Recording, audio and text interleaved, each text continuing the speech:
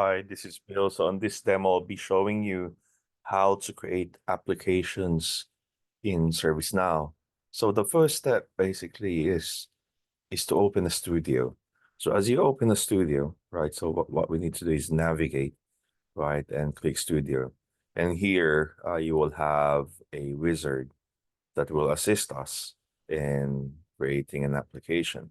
So on this example, we will create a I would say a student registration app, right? So let's say a student registration. Let's make it simple, right? So basically this app allows students to register, right? So now as you can see here, it will be a scope app, right? And it will, normally the app is basically named starting with an X. So that's the naming convention of custom app in ServiceNow. So it will be sitting on top of the platform. And this app basically will need roles as well. So as you know that each application has its role. And let's start with, let's say, admin.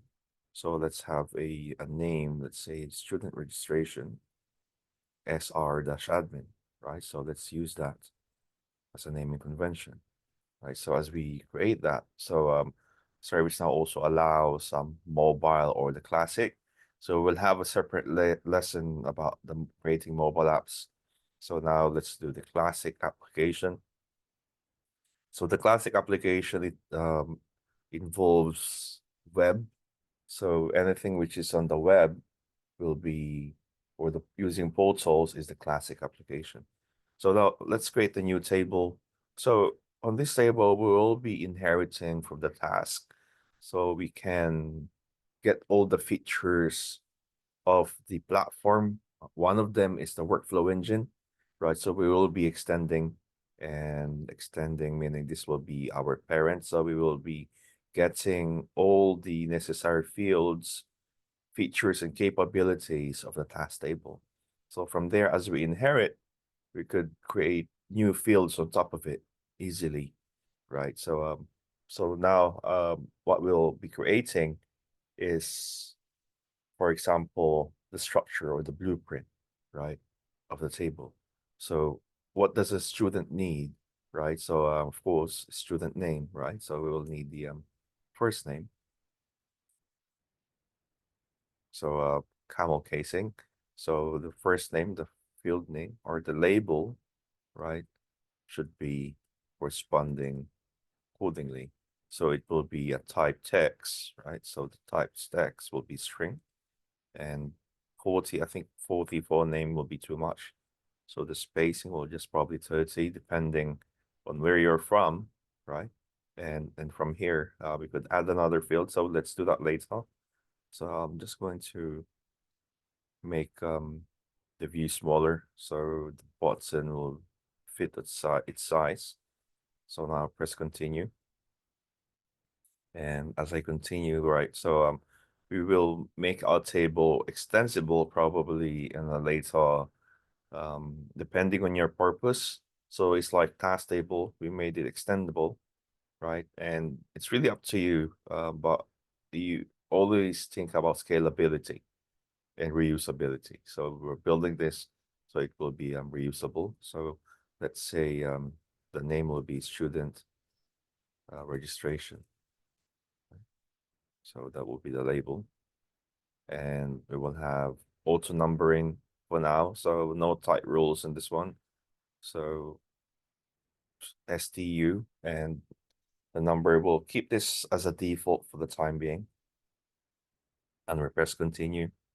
And behind the scenes, ServiceNow is already processing, right, the app, right? So let us press continue. And from here, as it processes behind this, is building the framework or the structure for us of our app. So now let us click start. So strictly how to follow the wizard, right? So just a note there. And if you don't press continue start and you jump into another module, it will break. It will break the app itself. right? So it will not be successful. So take note of that one. So this is the name of the app. So describe your app. So an app that registers students, right? So let's click create. So as you can see, this is the table and roles, and you could add more roles if needed be, right? And let's click done and done again. So from here, right? So automatically ServiceNow will create a template for you. And now you can see here it's now ready, right? And as we prepare, right, it has created this controls, the table we created, the role, and the different modules. So now if you'll go back and probably do a refresh, right? And let's go to student, right? So registration. So let's see, I think it's still working behind the scenes. So let's double check.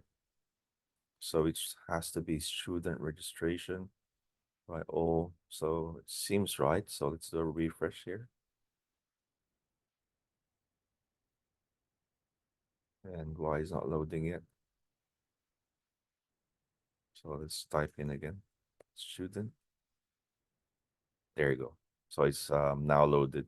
So now we could create a student. So if you click new, right? So you could populate the fields, right, accordingly. So right now it's coming as default, right? So I'll present to you how to basically make it more suitable as a student registration.